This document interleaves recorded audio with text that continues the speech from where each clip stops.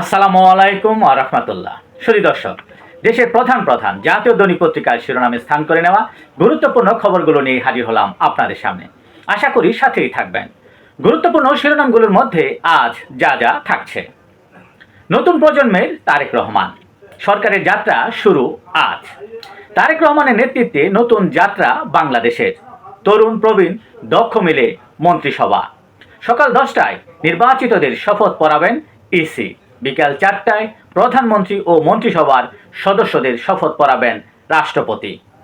বাবা মায়ের পর সরকার প্রধানের দায়িত্ব নিচ্ছেন তারেক রহমান। জাতির উদ্দেশ্যে বিদায়ী ভাষণে প্রধান উপদেষ্টা ডক্টর মোহাম্মদ ইউনূস বলেছেন, এখন আমার বিদায়ের পালা। সফলতা ব্যর্থতার বিচারের ভার আপনাদের উপর থাকলো। সংস্কার, বিচার এবং নির্বাচন, আমি এবং আমার সহকর্মীরা সেই অঙ্গীকার রক্ষার চেষ্টা করেছি। কোথাও সফল হয়েছি, কোথাও ব্যর্থ হয়েছি।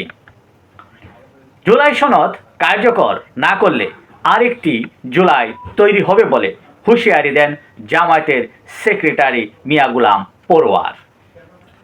জুলাই সনদে এনসিপির স্বাক্ষর, নাহিদ ইসলাম বললেন, শর্ত সাপেক্ষে স্বাক্ষর করেছে। সংবিধান সংস্কার পরিষদের শপথ নিয়ে বিএনপি নেতা সালাউদ্দিন আহমেদ বলেছেন, এতগুলো হয়, এরপরে হলে পরে হতে পারে।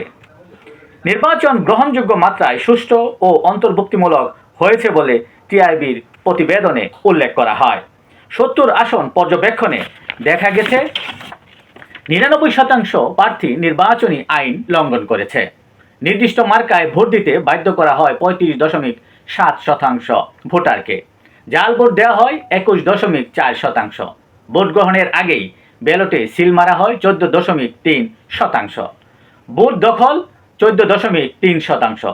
এজেন্ট প্রবেশে বাধা দেওয়া হয় 14.3%।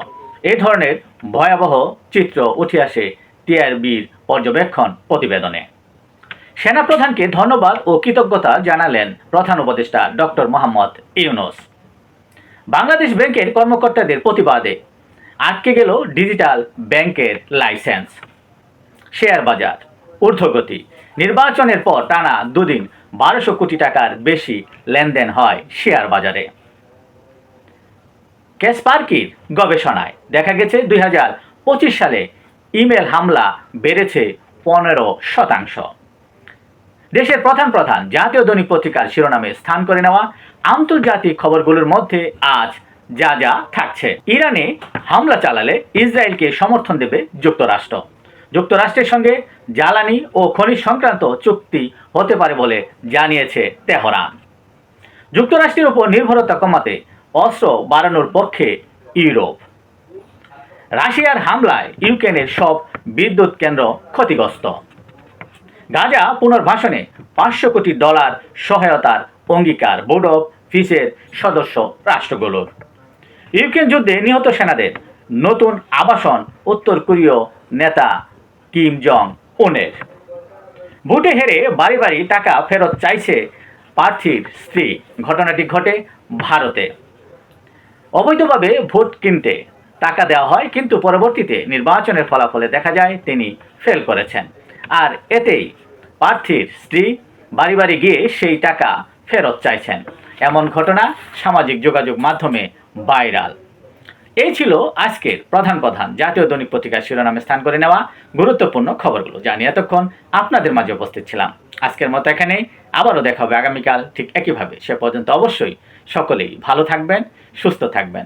আসসালামু আলাইকুম ওয়া রাহমাতুল্লাহ।